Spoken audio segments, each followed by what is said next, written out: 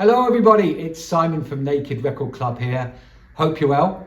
I'm coming to you today to talk about one of my favourite subjects, and that is the subject of New Wave, Essential New Wave albums. Now, New Wave holds a special place in my heart. I think because it was the first genre I got to collect in real time. I was slightly too young for punk, but New Wave saw me going down to the shops in Chichester, where I was born and brought up, to spend my pocket money on a weekly basis. And obviously this record here, Blondie Parallel Lines, is one of the best examples of a classic New Wave album. Now, recently, in the last couple of days, I read an interesting piece by Jim Allen on the Discogs website about 10 essential Discogs New Wave albums. And when I looked through his list, I suddenly realised that not only do I have the Blondie one, I have everything else on that Discogs list. Includes Elvis Costello, Fine album, the first Cars album, The Clash. Yeah, I know The Clash came out of punk, so being in New Wave, but it was a different sound for The Clash, so I get Jim's reasoning on that one. Another of my favourites, the B-52s, brilliant debut. The Pretenders, obviously should be included in any New Wave compilation.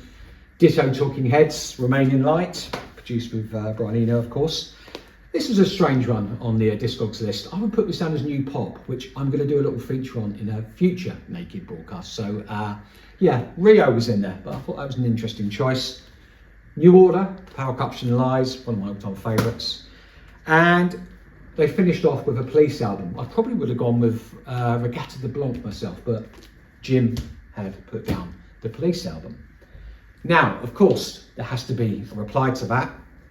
And this is the Essential Naked Top 10 New Wave albums. I've done a playlist on Spotify which actually has 40 tracks, so if you go onto the Naked nakedrecordclub.com website, you will find our playlist amongst many other things.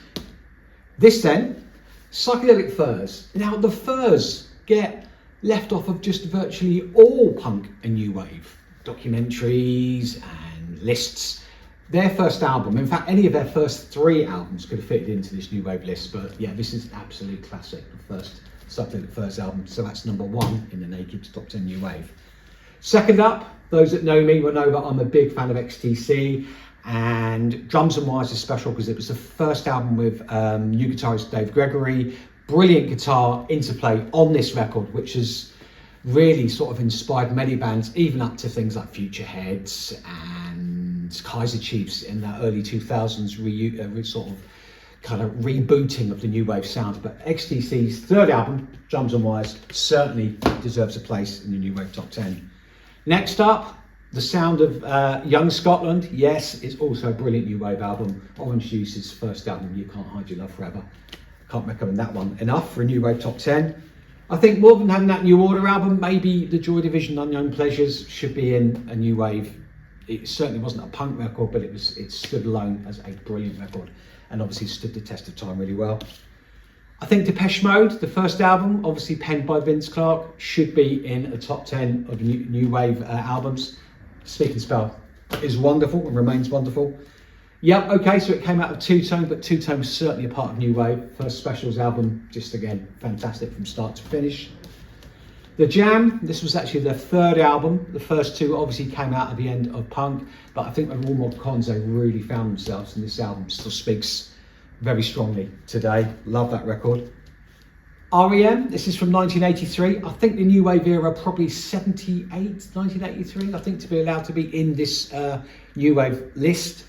Murmur is a brilliant record, and one that Naked absolutely adores.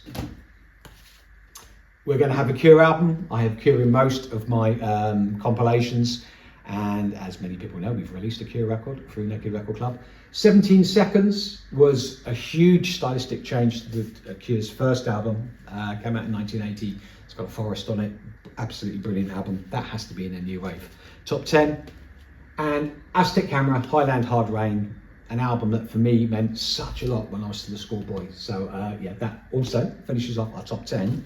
But I'm going to cheat, have an 11th, and I'm going to put Kate Bush forward, because Kate Bush, by the nature of being Kate Bush, is unclassifiable, and she doesn't get into a lot of these kind of new wave or any sort of sort of discussions apart from discussions about Kate Bush. So I'm putting her forward to be number 11 in our top 10 new wave albums with the Never Forever album, which came out in 1980, and I think was the first album where Kate Bush was really striving forward to what she was going to create forevermore. Very, very individual and very, very amazing. So put that one in as well.